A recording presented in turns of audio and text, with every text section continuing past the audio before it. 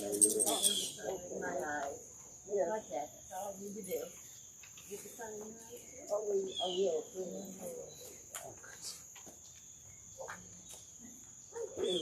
morning. Can you hear me okay? Yep. All right, very good. Welcome to the Auburn Unitarian Universalist Fellowship, located on occupied ancestral land of the Muskogee Creek Nation. My name is Jan Newton, and I will be serving as your service associate today. Welcome to this morning, to this day, this opportunity to be together in community, which is a time of joy, comfort, and sometimes challenges. This Unitarian Universalist congregation is a place where we come to learn more about being human. We're not here because we've figured out life's questions or because we think we've got it right. We come here to learn more about being in relationship together, how to listen, how to forgive, how to be vulnerable, and how to create trust and compassion in one another. On behalf of all the members of the fellowship, I extend a special welcome to all of our visitors who are joining us for the first time today, and for those who still feel like visitors. If you have not already done so, please fill out our visitor book in the front near the greeters, or digitally by visiting auuf.org/visitor. You may also contact our minister, Reverend Chris Rothbauer, at minister@auuf.org with any questions or concerns that you may have. As we prepare for our services today, please remember to turn off your cell phone or any other electronic devices that you have. Let us move into the service willing to be authentic with each other, honest with ourselves, and open to the connection in all its forms.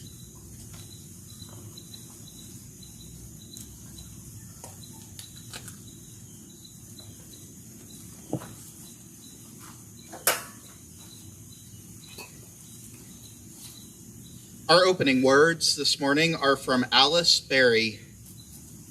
Children of the earth and sky, we are nurtured, sustained, given warmth, light from above and below, supported by earth's strong, firm crust. We build our homes, till the fields, plant our gardens and orchards. When we turn from self and seek to be aware, we will find holy light in human faces, in blossom, bird song, and sky. Then earth is truly our home, and we are one with all of earth's creatures, parents of earth's children yet to be.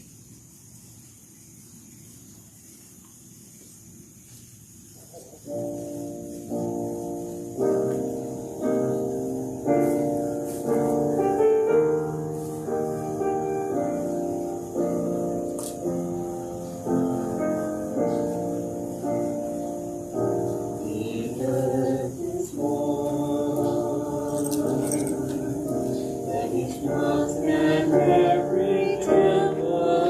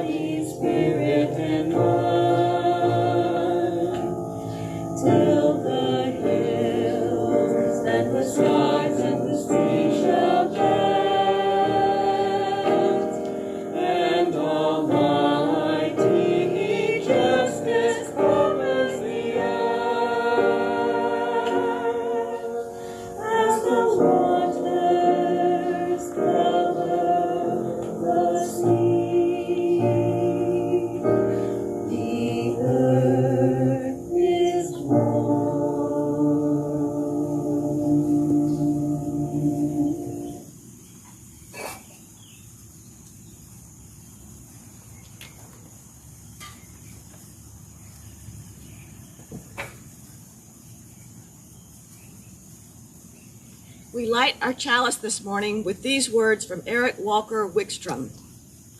Each of the stars in the heavens is unique and individual, yet together they form the night sky. Each of us here is unique and individual, yet together we form this congregation.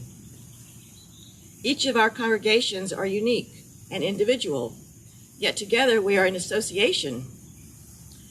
For stars in the sky, for people in the pews, for members of our association, in gratitude we light this chalice.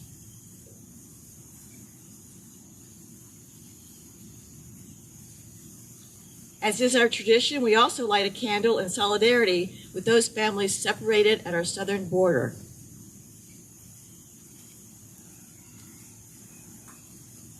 Our opening hymn, hymn number 21 in the gray hymnal, For the Beauty of the Earth.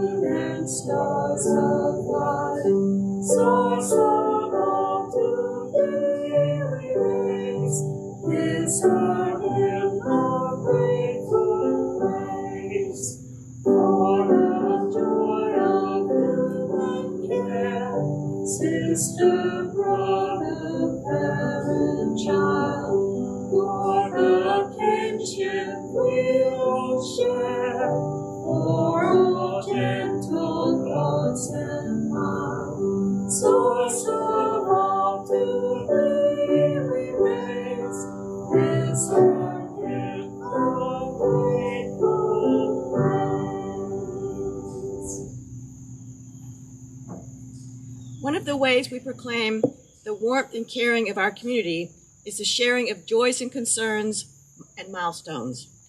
If you are joining us virtually, we invite you to type your joy, concern, or milestone in the YouTube chat box. We invite those in person to one at a time drop a pebble in our communal bowl during the music for meditation.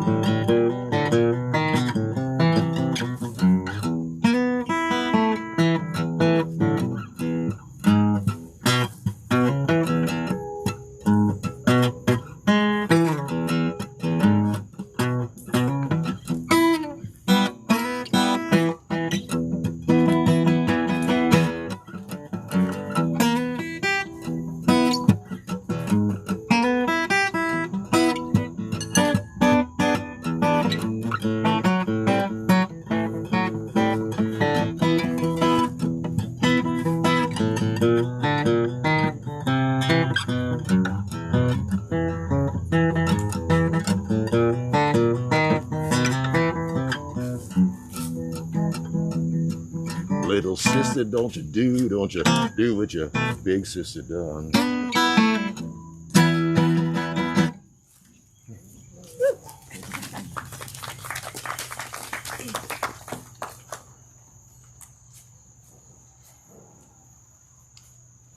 Thank you for all who shared your joys and concerns and milestones this morning. Those joys and concerns were submitted in advance for sharing. I don't think we have any in advance, do we?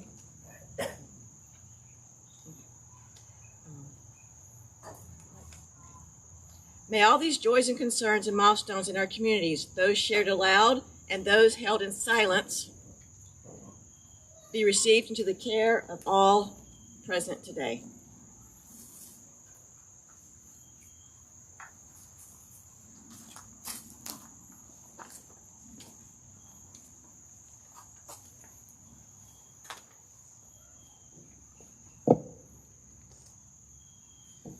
Please join me in the spirit of contemplation in whatever way feels right with these words from Laura Bogle. We gather here to remember this is our home, but not just ours.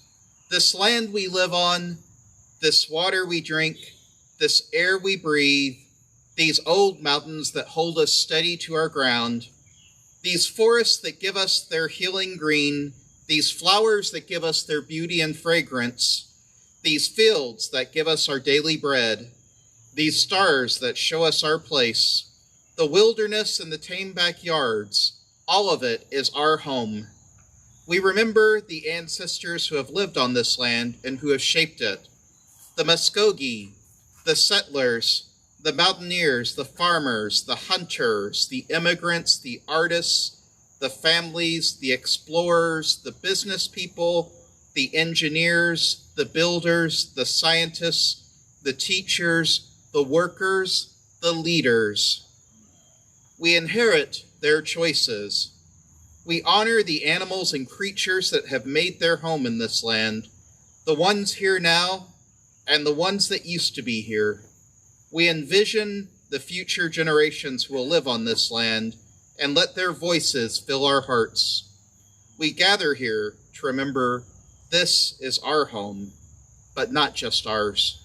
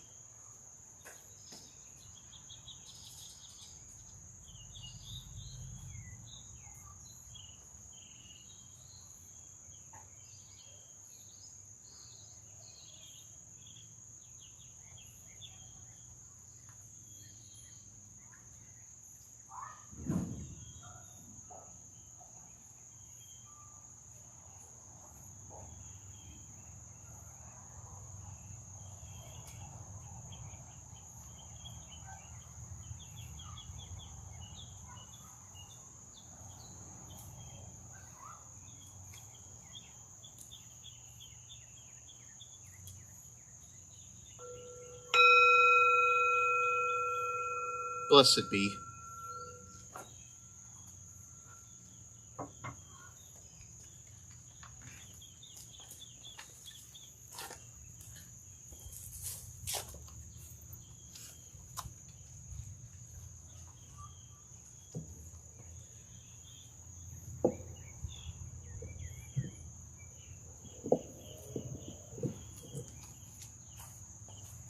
The purpose of the Unitarian Universalist communities is to encourage all who gather there to grow more generous in spirit and in action. This is the great end of all the world's faith traditions, to bring human being closer to the divine by acts of creation and compassion. As is our custom on the second Sunday of each month, we now take an offering that allows us to exercise that all-important generosity of spirit, an offering that will support an organization in the community whose values align with our own, and that are doing an amazing work in the Auburn, Opelika area.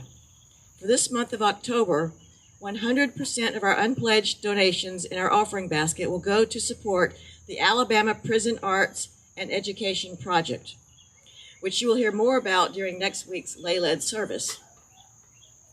The Alabama Prison Arts and Education Project is a program at the Auburn University dedicated to bringing educational opportunities to prisoners in Alabama. The program helps the adult prison population gain a quality education for the rest of their lives. APA-EP provides access to sustained and quality educational experiences in the arts, humanities, and sciences. APA-EP follows the premise that education provides a fertile field for transformation and growth, and that these long learning experiences contribute to the positive development of the person. Please give generously this morning as you are willing and able, as we bring the compassionate spirit of the Unitarian Universalist into the world. To make a donation online via PayPal, please visit auf.org/donate. If you are writing a check, please make your check payable to AUF with a note in the memo line about whether it is referring to the offering or whether it will be a part of your pledge. Drop it in the offering bowl and mail it to the P.O. Box 669, Auburn, Alabama 36831. The offering will now be gratefully received.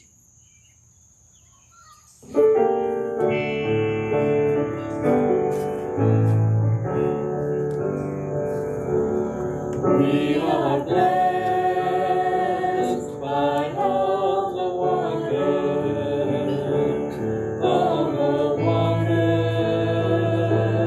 makes us whole with its riches and its beauty.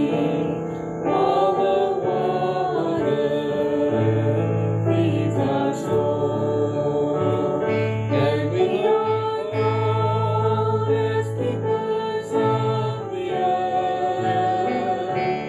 We are called to speak its sacred word for our children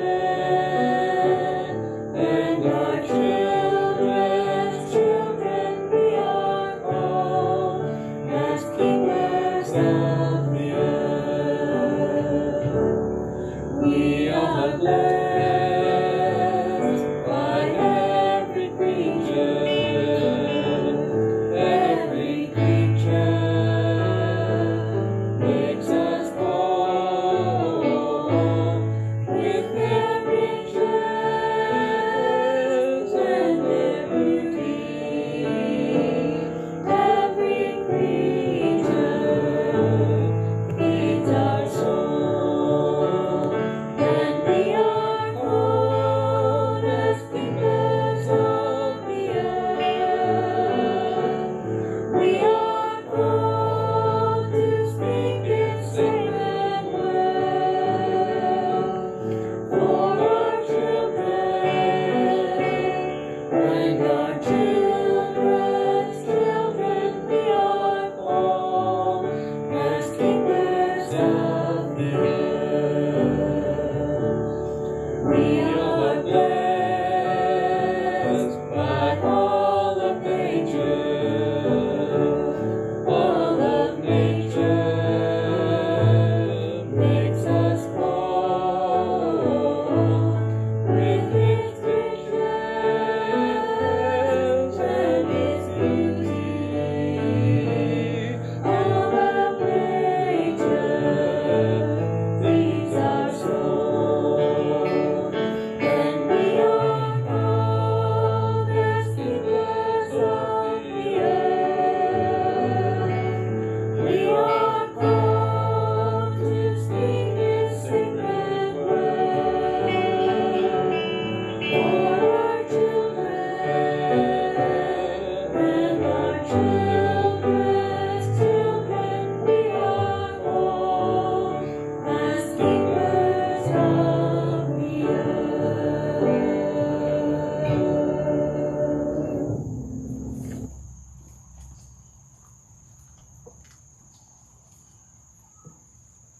A reading from Mark Bellatini. This is our earth.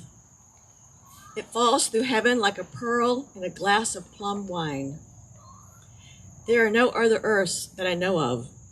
There are no other skies that we have mapped. This is our earth.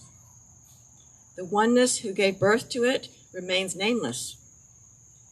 There was no midwife then to bring us word of the birth cry. We only rejoice that it is. This is our earth. Ice caps its head, glaciers clasp its feet. Warm wind, like the breath of a lover, breathes around its breast. Mountains thrust up to the clouds, bringing joy.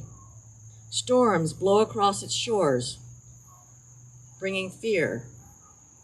Silvery fish capture sunlight and bring it down into the deep, as on shore valleys spread with ripening fruit. Cities teem with poor and disenfranchised in the shadow of golden towers. Children live and also die. Highways throb. Monks sit in silence. Mothers work. Crickets chirp. Teachers plan. Engineers design. Fathers write letters. People marry, with or without the blessing of the law. People cry. They laugh and brood and worry and wait. This is our earth. There are no other earths. Before its wonder, philosophers fall silent. Before its mystery, poets admit their words are shadow, not light. And all the great names religious teachers have left to us, Ishtar, Shanika, Shekinah, Terra Mater, Suchnish, Wakatanka, and Gaia, suddenly refuse to announce themselves. And so we all too fall silent, entering the time where words end and reality begins.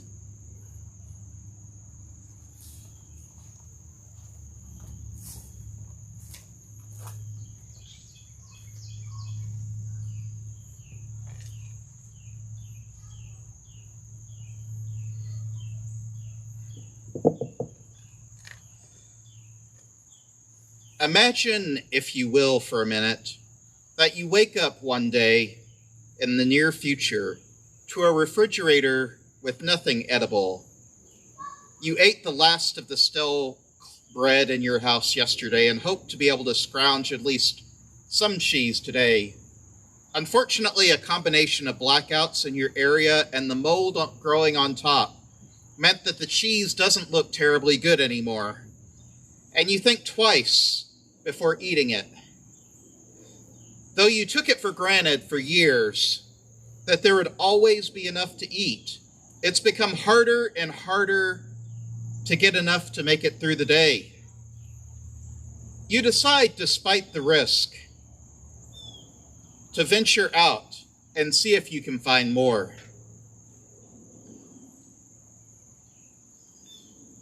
The scene at the grocery store is not out of the ordinary nowadays.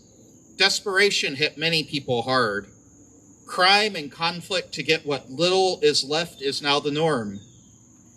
You even hear rumors of wars breaking out, not just between the old nations, but between cities, states, and territories that once belonged to the same nation. There's not a lot of hope in the world, and it just seems that many are resorting to increasingly desperate measures to survive another day. You walk to the local stores, and you find so many clamoring and even rioting over what little food is to be found in the town. As hungry as you are, you hesitate to venture in. After all, it's likely just fighting over a little bit of salt or some spoiled milk again. You yearn for the days back when you grew your own vegetables, but the soil around your house is degraded from a century of climate change so much that not much edible grows in your garden nowadays. Even if you were a hunter, the number of animals has dwindled considerably, as well as they can't find enough food, water, or shelters to sustain them. In fact, more and more animals are taking to hunting humans and domestic animals to make it. The stench of death is a constant in the street. Lots of people are dying. The air is so unbreathable that anyone with asthma and other breathing problems are at risk of suffocating. Drinkable water is a premium. There's not a whole lot around to offer you this essential building block of life. So some people in desperation are resorting to drinking polluted water with dire consequences. If you don't find anything to drink soon, though, you probably won't last long either.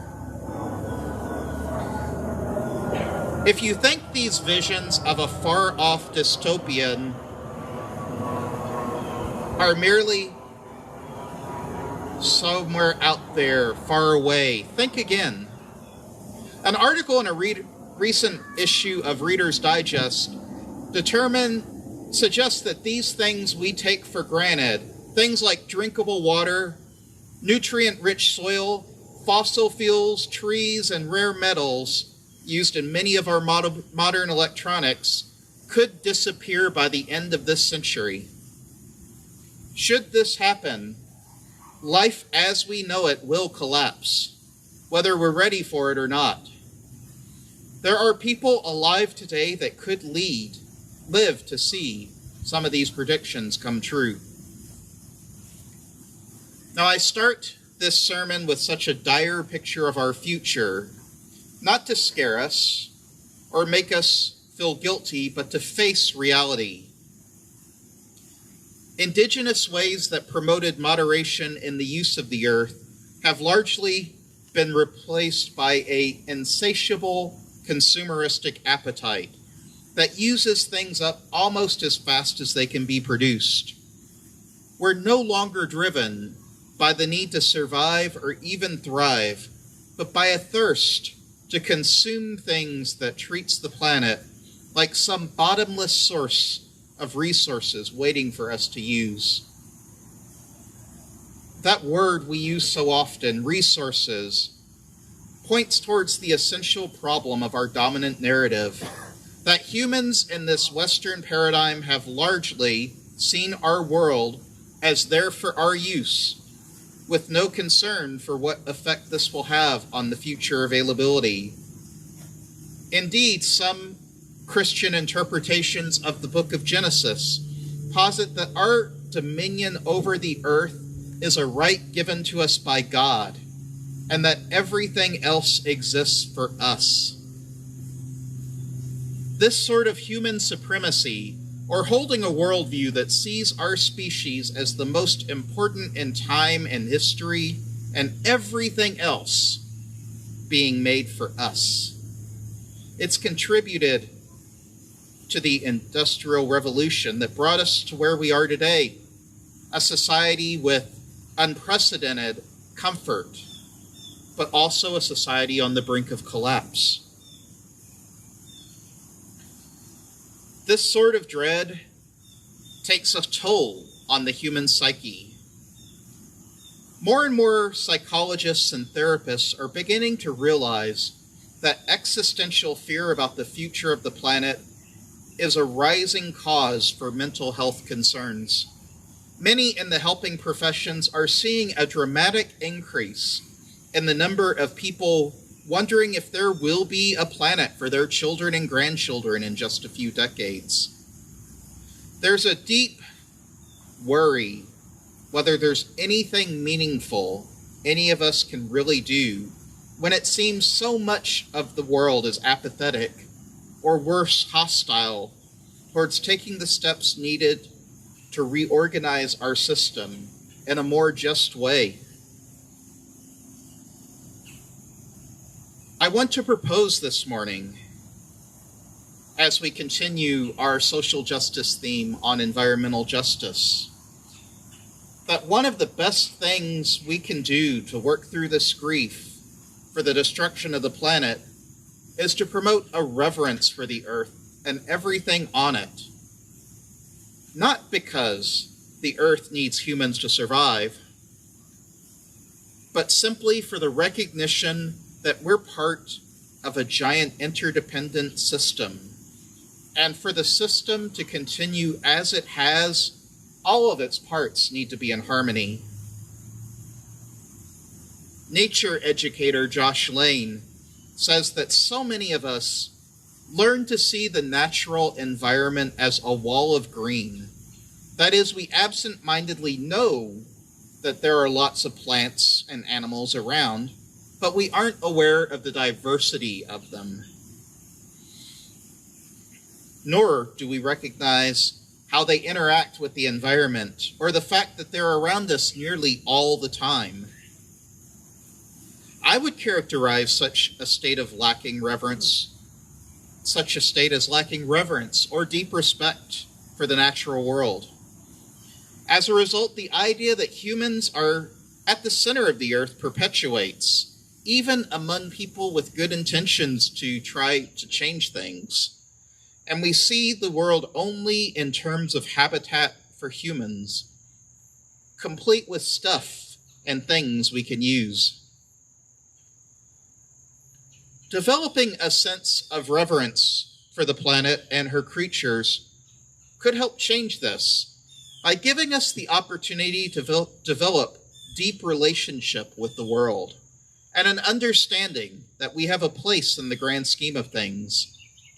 After all, as so many of us who came to last week's animal blessing service know, developing a relationship with a being very different from ourselves allows us to see them in a different light.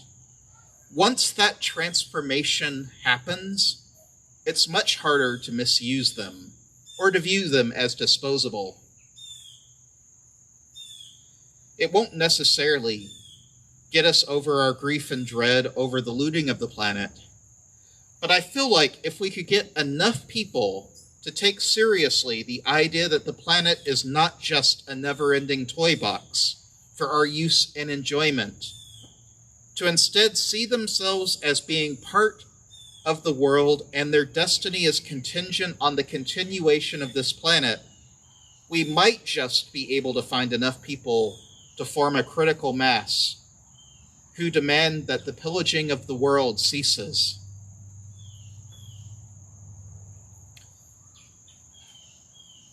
So I'm starting with myself.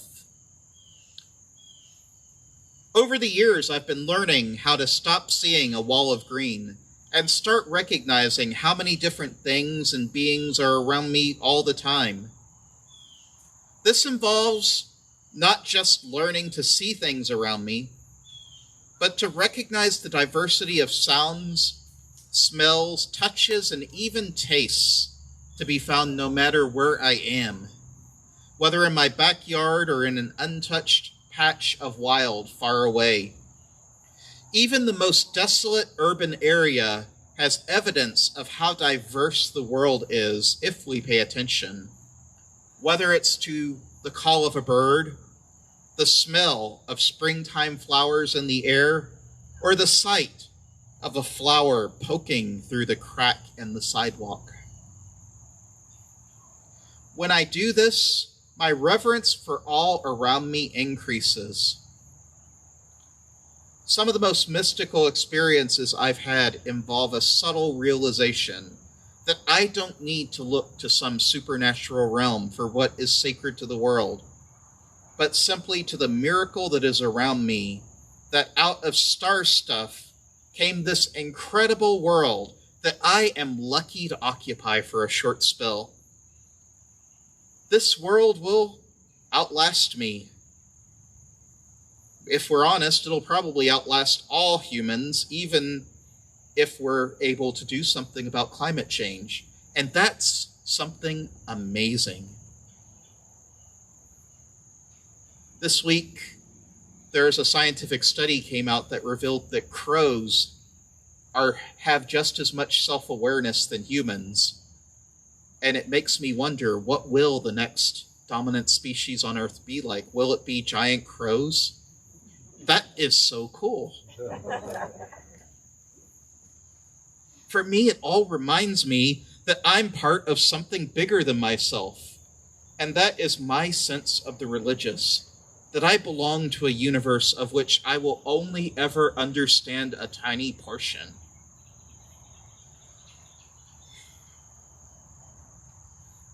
If you're ready to start developing this sort of reverent relationship with the larger universe, there are practices that you can develop to help break down the wall of green around you. From meditating in nature to learning the name of all the beings that are surrounding you, even as you sit here right now. There are many possibilities for reconnecting with this wonderful world we live in. The Japanese have a practice called Shinrin-yoku, or forest bathing. It's the idea of going to a piece of nature and really getting to know it through guided meditation and visualization. It's intentionally taking time. In an hour, you might only go a quarter of a mile or less because you're truly taking time to get to know the piece of land you're on. I highly recommend trying a full forest bathing session with an experienced guide. Because in the words of environmental activist Joanna Macy, to be alive in this beautiful self-organizing universe, to participate in the dance of life with senses to perceive it, lungs that breathe it, organs that draw nourishment from it, is a wonder beyond words. And these practices help wake us up to how wonderful the earth truly is, even when it might not feel like it. We won't be, unfortunately, doing a full forest bathing this morning, both because we don't have time and because I'm not a trained guide. But I want to invite you into a guided meditation to give you an idea of what it feels like to awake your senses to the wild. So please join me in the spirit of meditation. Find a comfortable position. If you're comfortable in your seat, that might just mean putting your feet on the ground. If you really feel brave, you could get out of your seat and lay down on the ground. But please don't do that if you're going to need help up. Begin with a few deep breaths, breathing deep into the belly to help you relax and to bring you to the sensations of the present moment.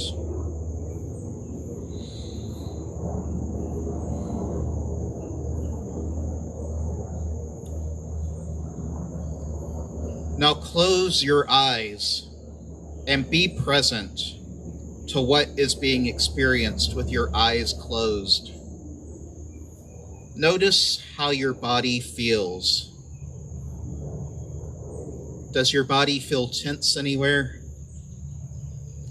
Also notice the activity of your mind and emotions. Experience whatever is present without resisting anything or trying to change it. If you find your mind wandering, simply bring it back to your breath.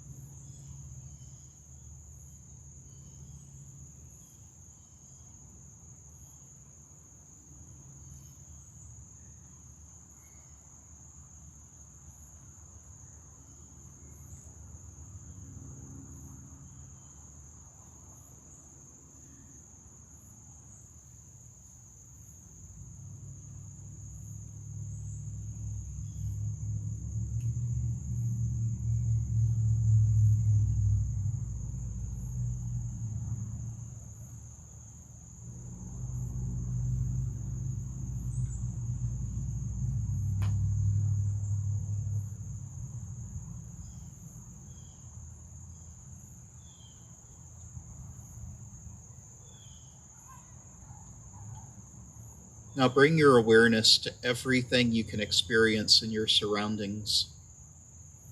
Feel the temperature of the air on your skin, the feeling of the breeze in the sun.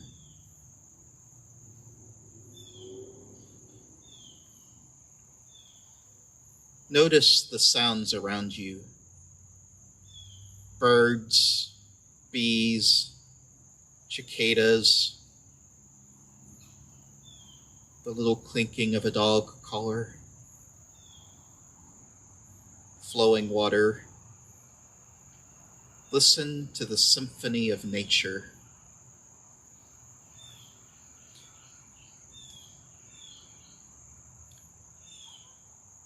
For the rest of the meditation, continue to experience these feelings and sounds. Whenever your mind wanders, gently bring it back to the experience of nature.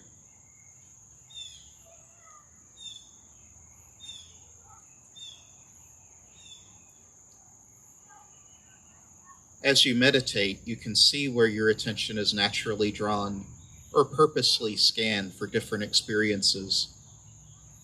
You can also focus on one experience and notice the experience in greater detail. Don't analyze the sound and label it with your mind. Simply notice the quality of it.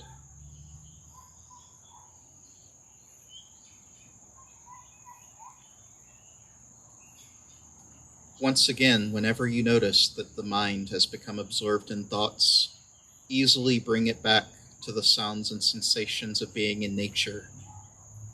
At times, both awareness of the sensations from the environment and thoughts will be present. That's fine. Just easily favor the experience of nature.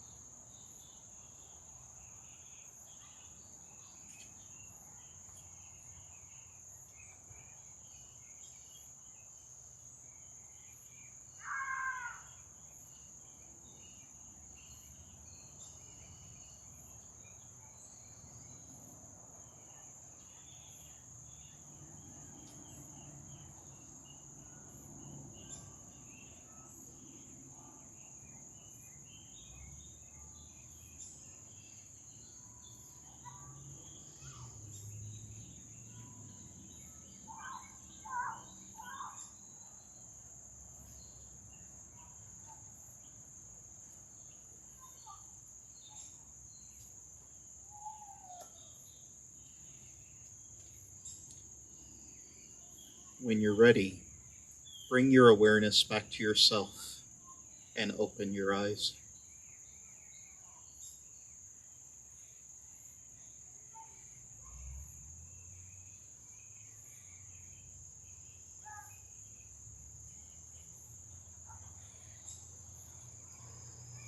How did it feel to connect with nature in this way? I wonder if you had any aha moments or general moments of reverence for all that's around us. Would anyone like to share in a word or two what they felt during this time? If so, just call it out.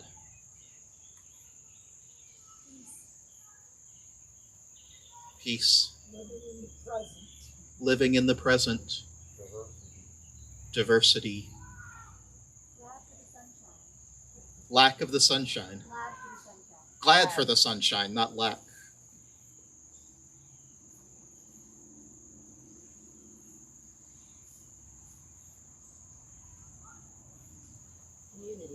Community.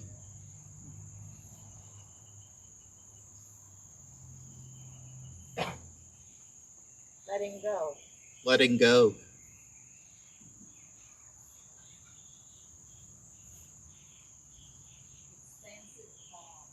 expansive calm. I like that phrase.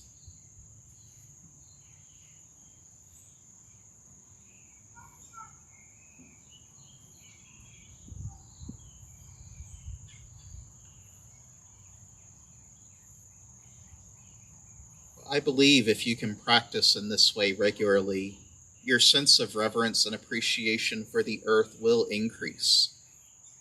And we might just learn to live in greater harmony with the world surrounding us, not expecting it to fulfill our every desire, but learning to cooperate with it instead, to simply be with it.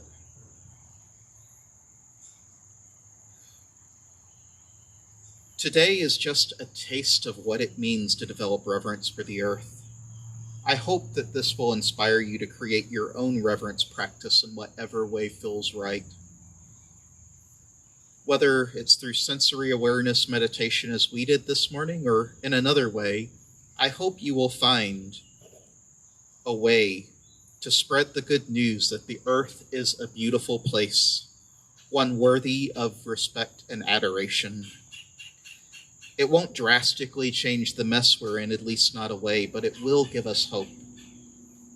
For as Joanna Macy says, active hope is waking up to the beauty of life, on whose behalf we can act.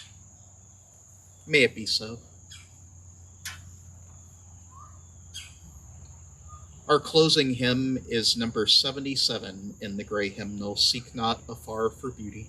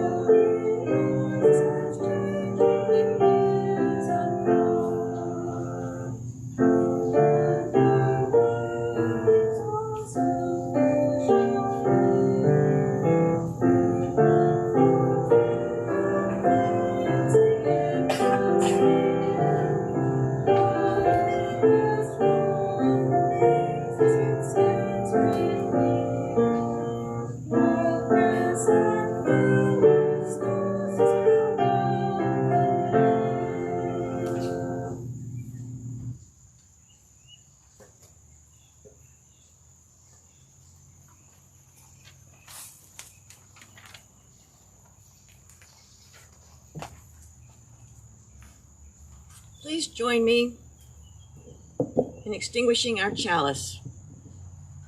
You will find the words in your order of service. We extinguish this flame, but not the light of truth, the warmth of community, or the fire of commitment.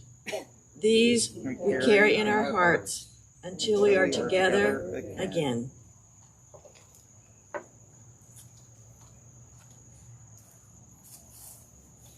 Please be our guest today after the service for our coffee hour here. This is an opportunity to check in with folks about the service and about their week. As we move into the coffee hour, please help the volunteers by bringing your chairs forward. And if you have not signed up for our email list, please make sure you do so to receive updates about ways to connect. You can find information for signing up on our website at auuf.org/subscribe. We have any announcements? No? Okay. Please join us now for our sung benediction.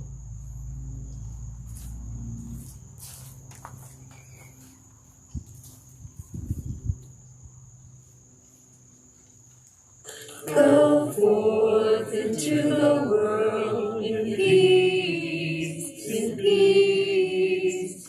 Be of good courage, hold fast that which is good, Lord. Go forth into the world in peace, in peace. Love people rejoicing in the power of the Spirit.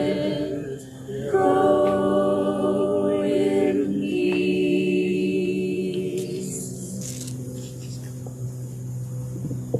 Our benediction is by Norman V. Naylor. Our eyes and minds turn now towards the ordinary.